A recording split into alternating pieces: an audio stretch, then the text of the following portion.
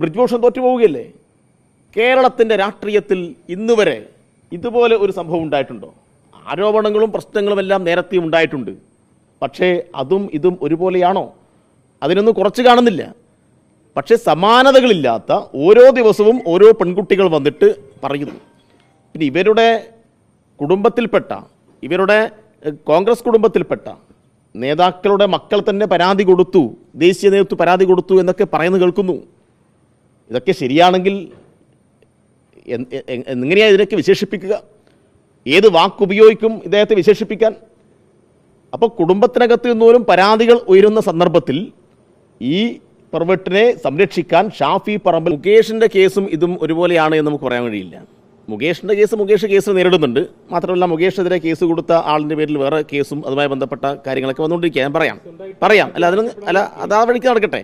പക്ഷേ മുകേഷിൻ്റെ കേസ് പോലെയാണോ ഈ കേസ്? ഇത് എത്ര പെൺകുട്ടികളാണ് ഓരോ ദിവസവും രംഗത്ത് വരുന്നത്? അതായത് തൻ്റെ ഗർഭത്തിൽ ഇരിക്കുന്ന കുഞ്ഞിനെ കൊല്ലാൻ വേണ്ടി ആഹ്വാനം ചെയ്യുകയാണ്. നമസ്കാരം.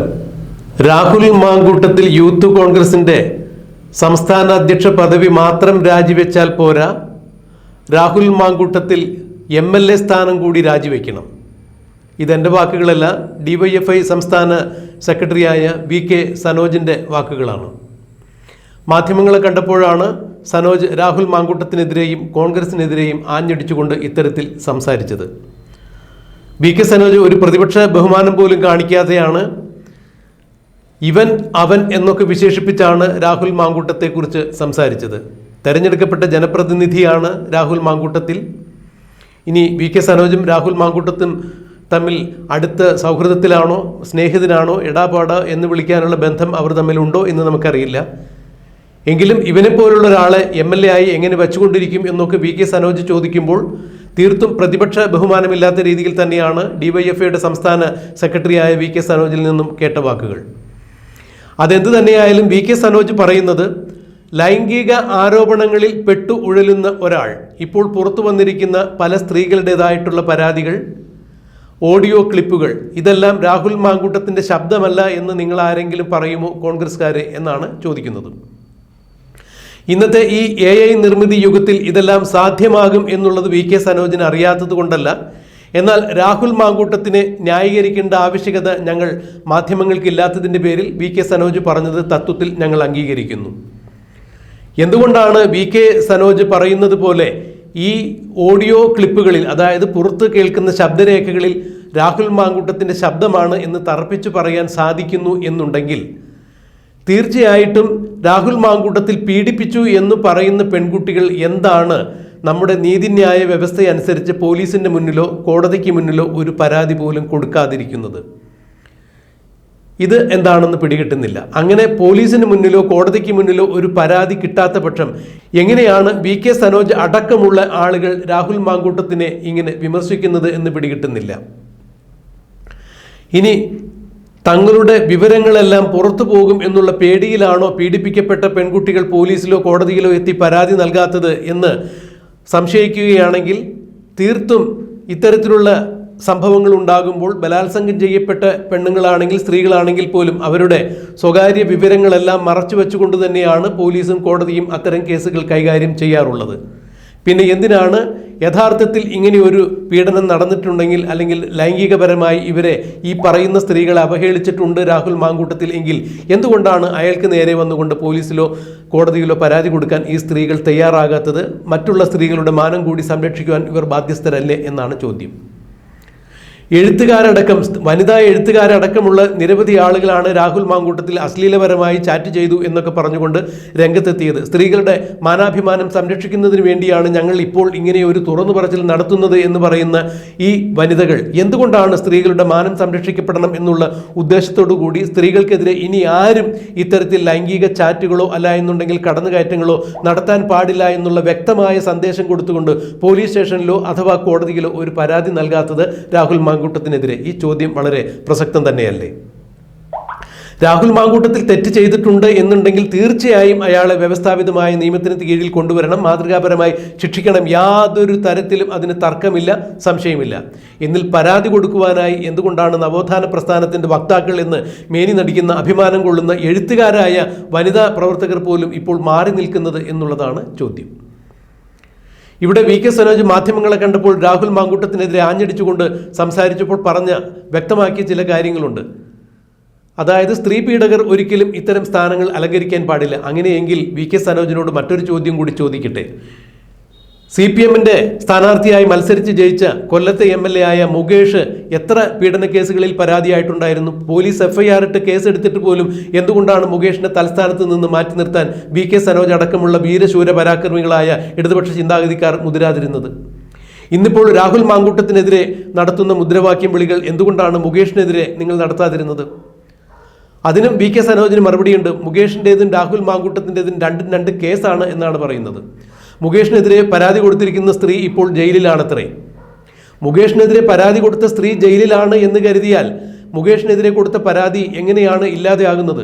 അപ്പോൾ ആ പരാതി CPM ഇടപെട്ട് തേച്ചു മാച്ചു കളഞ്ഞു, അല്ലെങ്കിൽ മുകേഷിൻ്റെ പീഡനം തീവ്രത കുറഞ്ഞ പീഡനം എന്ന് പണ്ട് ശ്രീമതി ടീച്ചറും AK ബാലനും അടയാളപ്പെടുത്തിയതുപോലെ ഇപ്പോൾ വി കെ സനോജും മുകേഷിൻ്റെ പീഡനത്തെ തീവ്രത കുറഞ്ഞ പീഡനമായി തന്നെ കാണുന്നു. മുഖ്യമന്ത്രിയുടെ പൊളിറ്റിക്കൽ സെക്രട്ടറിയായ P ശശി പോലും സ്ത്രീ പീഡന കേസിൽ പാർട്ടിയിൽ നിന്നും മാറ്റി നിർത്തപ്പെട്ട ആളാണ് എന്നാണ് പരാതി ഉയരുന്നത്. രാഷ്ട്രീയ നിരീക്ഷകർ ഇത് പലവട്ടം ചൂണ്ടിക്കാണിച്ചിട്ടുണ്ട്. അങ്ങനെ പാർട്ടിയുടെ അച്ചടക്ക നടപടികൾ നേരിട്ട് കുറച്ചുനാൾ പാർട്ടിയിൽ നിന്നും മാറ്റി നിർത്തപ്പെട്ട P ശശി വീണ്ടും പിണറായി വിജയന്റെ പൊളിറ്റിക്കൽ സെക്രട്ടറിയായാണ് വരുന്നത് കണ്ടത്. ഇതുപോലെയാണ് PK ശശിയും. KTDCയുടെ ചെയർമാനായ PK ശശിക്ക് നേരെയും ലൈംഗിക ആരോപണ പീഡന കേസുകൾ ഉണ്ടായിരുന്നു. എന്തിന് പാലക്കാട് DYFIയുടെ പ്രവർത്തകർ തന്നെ, വനിതാ പ്രവർത്തകർ തന്നെ തങ്ങളുടെ തലമുതിർന്ന CPM-ന്റെ നേതാക്കൾ തങ്ങളെ പീഡിപ്പിച്ചു എന്ന് ഒരു പരാതി പാർട്ടിക്ക് കൊടുത്തിട്ട് പാർട്ടിയുടെ അന്വേഷണ കമ്മീഷനിൽ അംഗങ്ങളായിരുന്ന ശ്രീമതി ടീച്ചറും അന്ന് AK ബാലനും, ഇവർ രണ്ടുപേരും മന്ത്രിയായിരുന്നു CPM-ന്റെ, ഇവർ രണ്ടുപേരും അന്വേഷിച്ചപ്പോൾ ഈ പെൺകുട്ടികൾ DYFIയുടെ വനിതാ സഖാക്കൾ പറഞ്ഞത് സത്യം തന്നെയാണ്, അവരെ പീഡിപ്പിച്ചിട്ടുണ്ട്. എന്നാൽ അത് തീവ്രത കുറഞ്ഞ, ആഴം കുറഞ്ഞ പീഡനമായിരുന്നു, വളരെ ആഴത്തിലുള്ള ഒരു പീഡനം അവിടെ നടന്നിട്ടില്ല എന്നാണ് AK ബാലനും ശ്രീമതി ടീച്ചറും പറഞ്ഞത്. എങ്ങനെയാണ് സ്ത്രീകളെ പീഡിപ്പിക്കുമ്പോൾ ആഴത്തിൻ്റെ അളവ് മനസ്സിലാക്കാനുള്ള ഉപകരണം ഇവർ കണ്ടെത്തിയത്? ആ ഉപകരണം AK ബാലൻ്റെ കയ്യിൽ ഇപ്പോഴും ഉണ്ടോ എന്ന് തന്നെയാണ് ചോദിക്കുന്നത്. അപ്പോൾ CPM-ന്റെ നേതാക്കളും MLA-മാരും മന്ത്രിമാരും എല്ലാം ഉൾപ്പെട്ട സ്ത്രീ പീഡന കേസുകൾ തേച്ചുമാച്ച് കളയുന്നതിനോ അത് ന്യായീകരിക്കുന്നതിനോ വി കെ സനോജിനെ പോലുള്ള ആളുകൾക്ക് യാതൊരു തരത്തിലുള്ള ഉളുപ്പുമില്ല. മറിച്ച് പ്രതിപക്ഷ നിരയിലുള്ള ആർക്കെങ്കിലും ഒരു സ്ത്രീ പീഡന കേസ് വീണ് കിട്ടുകയാണെങ്കിൽ അത് ഘോരഘോരം സമൂഹ മധ്യത്തിൽ ഉയർത്തിപ്പിടിച്ചുകൊണ്ട് അവർ MLA സ്ഥാനം രാജിവെക്കണം, അവരുടെ സംഘടനാ സ്ഥാനം രാജിവെക്കണം എന്നൊക്കെ പറയുമ്പോൾ തീർത്തും ഇത് തങ്ങളുടെ പാർട്ടിയിൽ ഉണ്ടായിരുന്ന കാര്യം തന്നെയാണ് എന്നുള്ളത് എന്തുകൊണ്ടാണ് വി കെ സനോജിനെ പോലുള്ള ആളുകൾ മറന്നു പോകുന്നത്, അല്ലെങ്കിൽ സൗകര്യപൂർവ്വം മറക്കുന്നത് എന്നുള്ളൊരു ചോദ്യം തന്നെയാണ്. CPM-നകത്ത് നിരവധി ആളുകൾക്കെതിരെ ഇത്തരം ലൈംഗിക പീഡന കേസുകളും അല്ലെങ്കിൽ സ്ത്രീകൾ തന്നെ നേരിട്ട് പല രീതിയിൽ പലവട്ടം പരാതികൾ ഉയർത്തിയിട്ടുണ്ട്. മന്ത്രിയായിരുന്ന കടകംപള്ളി സുരേന്ദ്രനെതിരെയും തോമസ് ഐസക്കിനെതിരെയും സ്പീക്കറായിരുന്ന ശ്രീരാമകൃഷ്ണനെതിരെയും സ്വപ്ന സുരേഷ് നടത്തിയ പരാമർശങ്ങൾ ഇപ്പോഴും മറക്കാറായിട്ടില്ല. ഇവരെല്ലാവരും തന്നെ ലൈംഗിക ചേഷ്ടയോടുകൂടി, ലൈംഗിക താല്പര്യത്തോടുകൂടി തന്നോട് സംസാരിച്ചു, മൂന്നാറിൽ വരാമോ എന്നുള്ള തരത്തിലുള്ള പല ചാറ്റുകളും പല ടെലിഫോൺ സംഭാഷണങ്ങളും സ്വപ്ന സുരേഷ് തന്നെ പുറത്തുവിട്ടതാണ്. അപ്പോഴൊന്നും ഈ മന്ത്രിമാരെ മാറ്റി നിർത്തുന്ന കാര്യത്തിലോ ഇവരെ ക്രൂശിക്കുന്ന കാര്യത്തിലോ DYFIയുടെ സംസ്ഥാന സെക്രട്ടറിയായ വി കെ സനോജ് അടക്കമുള്ള ആളുകൾ യാതൊരു തരത്തിലുള്ള പ്രതികരണങ്ങളും നടത്തിയതായി നമുക്കറിയില്ല. എന്നാൽ ഇപ്പോൾ രാഹുൽ മാങ്കൂട്ടത്തിനെതിരെ ഉയർന്നു വന്നിട്ടുള്ള ആരോപണങ്ങളിൽ ഒരു സ്ഥലത്തും കേസെടുക്കപ്പെട്ടിട്ടില്ല. എറണാകുളം സെൻട്രൽ പോലീസ് സ്റ്റേഷനിൽ ഷിൻഡോ സെബാസ്റ്റ്യൻ എന്ന് പറഞ്ഞൊരാളാണ് രാഹുൽ മാങ്കൂട്ടത്തിനെതിരെ കേസ് കൊടുത്തിരിക്കുന്നത്. ആ കേസ് പരാതിക്കാരിയല്ല കൊടുത്തിരിക്കുന്നത്, ശബ്ദരേഖയുടെ അടിസ്ഥാനത്തിലാണ്. പുറത്തു വന്ന ശബ്ദരേഖയുടെ അടിസ്ഥാനത്തിലാണ് രാഹുൽ മാങ്കൂട്ടത്തിനെതിരെ അയാൾ കേസ് കൊടുത്തിരിക്കുന്നത്. മറ്റൊന്ന്, ഇപ്പോൾ വനിതാ കമ്മീഷനിൽ കേസ് എടുത്തിട്ടുണ്ട് എന്ന് പറയുന്നു. വനിതാ കമ്മീഷൻ സ്വമേധയായി കേസ് രജിസ്റ്റർ ചെയ്തിരിക്കുന്നു. ബാലാവകാശ കമ്മീഷനിലും കേസ് കൊടുത്തിട്ടുണ്ട്. ഇവിടെയൊന്നും സ്ത്രീകളായി പരാതിക്കാരും തന്നെ രാഹുൽ മാങ്കൂട്ടത്തിനെതിരെ പരാതി കൊടുത്തിട്ടില്ല എന്ന് പറയുമ്പോൾ എന്താണ് ഈ കേസിന് അടിസ്ഥാനം എന്നുള്ളത് കണ്ടെത്തേണ്ടത് തന്നെയാണ്. എന്തായാലും വി കെ സനോജ് രാഹുൽ മാങ്കൂട്ടത്തിനെതിരെ മാധ്യമങ്ങളോട് പ്രതികരിച്ചതിൻ്റെ പ്രസക്തമായ ഭാഗങ്ങൾ നമുക്കൊന്ന് കേൾക്കാം. ബ്രിജ്ഭൂഷൺ തോറ്റുപോവുകയല്ലേ? കേരളത്തിൻ്റെ രാഷ്ട്രീയത്തിൽ ഇന്നുവരെ ഇതുപോലെ ഒരു സംഭവം ഉണ്ടായിട്ടുണ്ടോ? ആരോപണങ്ങളും പ്രശ്നങ്ങളും എല്ലാം നേരത്തെ ഉണ്ടായിട്ടുണ്ട്. പക്ഷേ അതും ഇതും ഒരുപോലെയാണോ? അതിനൊന്നും കുറച്ച് കാണുന്നില്ല. പക്ഷേ സമാനതകളില്ലാത്ത ഓരോ ദിവസവും ഓരോ പെൺകുട്ടികൾ വന്നിട്ട് പറയുന്നു. പിന്നെ ഇവരുടെ കുടുംബത്തിൽപ്പെട്ട, ഇവരുടെ കോൺഗ്രസ് കുടുംബത്തിൽപ്പെട്ട നേതാക്കളുടെ മക്കൾ തന്നെ പരാതി കൊടുത്തു, ദേശീയ നേതൃത്വം പരാതി കൊടുത്തു എന്നൊക്കെ പറയുന്നത് കേൾക്കുന്നു. ഇതൊക്കെ ശരിയാണെങ്കിൽ എങ്ങനെയാണ് ഇതിനൊക്കെ വിശേഷിപ്പിക്കുക? ഏത് വാക്കുപയോഗിക്കും ഇദ്ദേഹത്തെ വിശേഷിപ്പിക്കാൻ? അപ്പോൾ കുടുംബത്തിനകത്ത് നിന്നോലും പരാതികൾ ഉയരുന്ന സന്ദർഭത്തിൽ ഈ പെർവെർട്ടിനെ സംരക്ഷിക്കാൻ ഷാഫി പറമ്പിൽ കൂട്ടുനിൽക്കുന്നു. ഷാഫി അറിയാതെ ഒന്നും നടക്കില്ല. നിങ്ങളിൽ പലരും പറഞ്ഞിട്ടല്ലോ ഷാഫി അറിയാതെ ഇവൻ മൂത്രമൊഴിക്കില്ല എന്ന് പറഞ്ഞ അവതാരകന്മാരൊക്കെ നമ്മുടെ നാട്ടിലുണ്ടല്ലോ. അപ്പോൾ ഷാഫി ഇവൻ്റെ പ്രധാനപ്പെട്ട സ്പോൺസറാണ് എന്ന് എല്ലാവർക്കും അറിയാം. ഷാഫിയുടെ പ്രസംഗങ്ങളും ഷാഫിയുടെ മായി നിൽക്കുന്ന എല്ലാ കാര്യങ്ങളും നോക്കിയാൽ മനസ്സിലാക്കാൻ പറ്റുന്നേ ഉള്ളൂ. അതുകൊണ്ട് ഷാഫി ഇതൊന്നും അറിഞ്ഞിട്ടില്ല. ഇതല്ല ഇപ്പോഴാണ് ഞാൻ അറിയുന്നത്. എന്നാൽ പിന്നെ അറിഞ്ഞതിന് ശേഷമെങ്കിലും തള്ളിപ്പറയണ്ടേ ഷാഫി? അറിഞ്ഞതിന് ശേഷം തള്ളിപ്പറയണ്ടേ? എന്നിട്ടും ഈ പാവപ്പെട്ട പെൺകുട്ടികളെ സംശയത്തിൻ്റെ നിഴലിൽ നിർത്താനല്ലേ ശ്രമിക്കുന്നത്? അതല്ലേ ഇവിടെ ഉണ്ടായിട്ടുള്ളത്. ഇന്ന് രാവിലെ ഷാഫി എന്താ പറഞ്ഞത്? തെളിവുണ്ടോ, FIR ഉണ്ടോ എന്നൊക്കെ ചോദിക്കുന്നത്.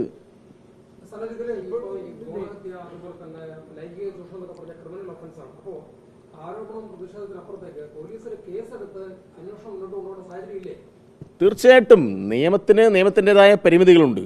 അപ്പോൾ ഒരു കേസ് ഇപ്പം പെട്ടെന്ന് രജിസ്റ്റർ ചെയ്ത് ആവശ്യമായ തെളിവുകളൊന്നും ഇല്ലാതെ ആ കേസ് തള്ളിപ്പോകുന്ന അവസ്ഥയിലല്ല ഉണ്ടാവേണ്ടത്. ഇതിപ്പോൾ ആദ്യത്തെ ദിവസം ഒരു ആരോപണം വന്നു, ഒരു വെളിപ്പെടുത്തലുണ്ടായി. ആ വെളിപ്പെടുത്തലിൻ്റെ അടിസ്ഥാനപ്പെടുത്തി അതിൽ നിന്ന് ധൈര്യം ഉൾക്കൊണ്ടുകൊണ്ട് മറ്റ് ധാരാളം പെൺകുട്ടികൾ വരികയാണ്. ഇത് എത്ര ദിവസം നിൽക്കുന്നോ, ഇനി എത്ര ആളിൽ നിൽക്കുമെന്ന് പറയാൻ കഴിയില്ല. അതുകൊണ്ട് തെളിവുകൾ വരട്ടെ. ഇപ്പം തന്നെ ബാലാവകാശ കമ്മീഷൻ മുമ്പിൽ പരാതി വന്നിട്ടുണ്ട്. എറണാകുളത്ത് പോലീസുമായി ബന്ധപ്പെട്ട പരാതികൾ നിൽക്കുന്നുണ്ട്. ഇനിയും ധാരാളം ആളുകൾ പുറത്തു വരും എന്നാണ് ഞങ്ങൾ കരുതുന്നത്.